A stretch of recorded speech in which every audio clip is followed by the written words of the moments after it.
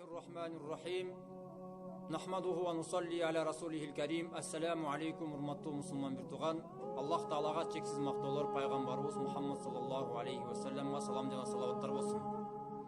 Аллах Таала өзүнүн пенделерине өтө мээримдүү жана ырайымдуу, көптөгөн жакшылыктарды кылуучу зат.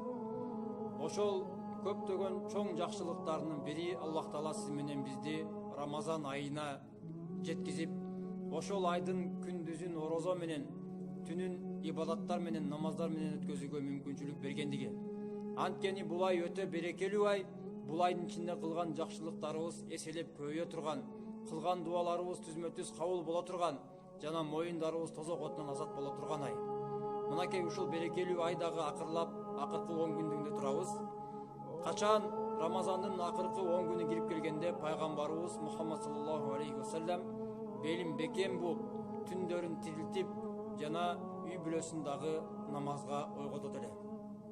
Сиз менен биз дагы ибадаттарыбызды күчөйтөлү, амалдарыбызды жакшырталы. Бардык амалдар акырына карап болот демекчи, акырлаган сайын алсырабастан бардык күч кубатыбызды топтоп, амалдарыбызды жакшыртууга, тобо истигфар дуаларды көбөйтүүгө сарптайлы. Мынакей быйылкы жылкы орозо менен дагы коштошуунун босогосунда турабыз. Чындап эле коштошуучу адам, кайтып келгис сапарга чыгып бараткан адам өзүнүн жакындары менен, сүйүктүүлөрү менен канчалык күйүттүн негизинде, канчалык кусалыктын негизинде коштошсо, сиз менен биз дагы ушул Рамазан менен, ошондой күйүт менен, ошондой кусалык менен коштошуучу адамдын орозосундай орозо кармап өткөзөлү акыркы күндөрүн. Жана ошо менен биргеликте күнөөлөрүбүздөн толугу менен айрылып, мойнубузду тозок отунан азат кылып калууга толук күч кубатыбызды сарптайлы.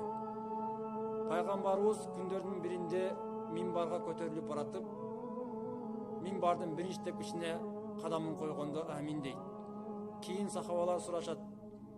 Сураганда пайгамбарыбыз айтат: "Мен минбардын биринчи тепкичине бутумду койгондо, Жебирейил периште келип, кимге Рамазан айы кирип, кайра күнөөсүнөн айрылардан мурда, күнөөсүнөн тазаланардан мурда Рамазан айы кайра чыгып кете турган болсо, ошондой адам Аллах Тааланын мээриминен алыс болсун деп дуа кылып, мага амин деп айт деди.